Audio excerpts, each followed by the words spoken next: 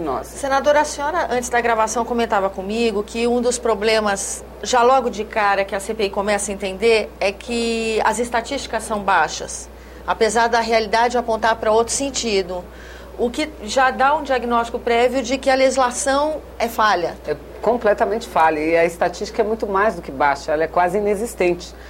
A gente estudou bastante, existem alguns estudos, aconteceram algumas pesquisas no Brasil, feitas tanto pelo governo federal, através do Ministério da Justiça, que tem um plano e uma política nacional de enfrentamento ao tráfico de pessoas, e o período de vigência desse plano já expirou e agora está em elaboração o segundo plano, não é?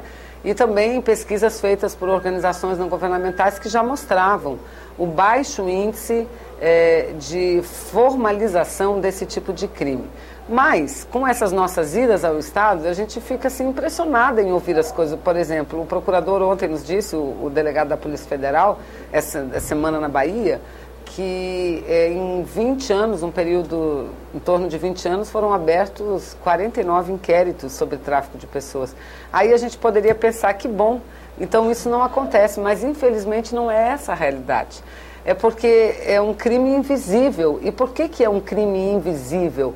É porque a legislação brasileira é insuficiente. Então, geralmente, a autoridade policial ou a autoridade judiciária, ela não tem o mecanismo legal que a leve imediatamente a, pelo menos, levantar a suspeita do tráfico.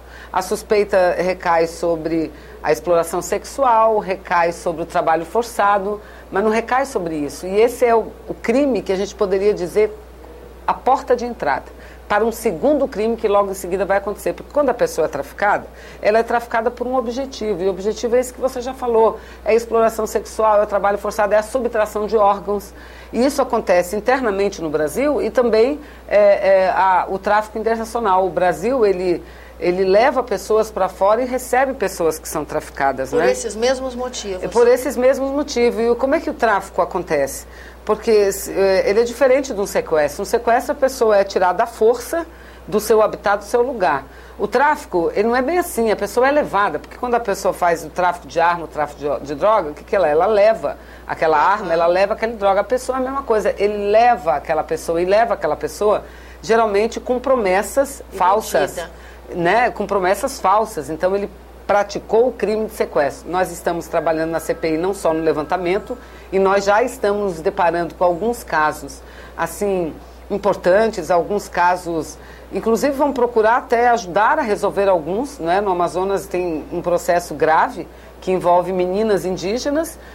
Na Bahia a gente tem um caso, nós fomos procurada por uma mulher desesperada, uma mulher jovem, uma jovem senhora que tem 2 filhos que estão há 5 anos em Portugal, não é? Em Portugal, e ela até agora não conseguiu rever a guarda dessas crianças, e tudo que ela falou e a forma como ela falou, ela foi levada para lá, ludibriada, portanto ela foi traficada, fizeram com que ela regressasse, dizendo, não, vá lá que está tudo certo para você tirar o seu visto de trabalho e voltar para suas crianças. Até hoje ela não conseguiu voltar.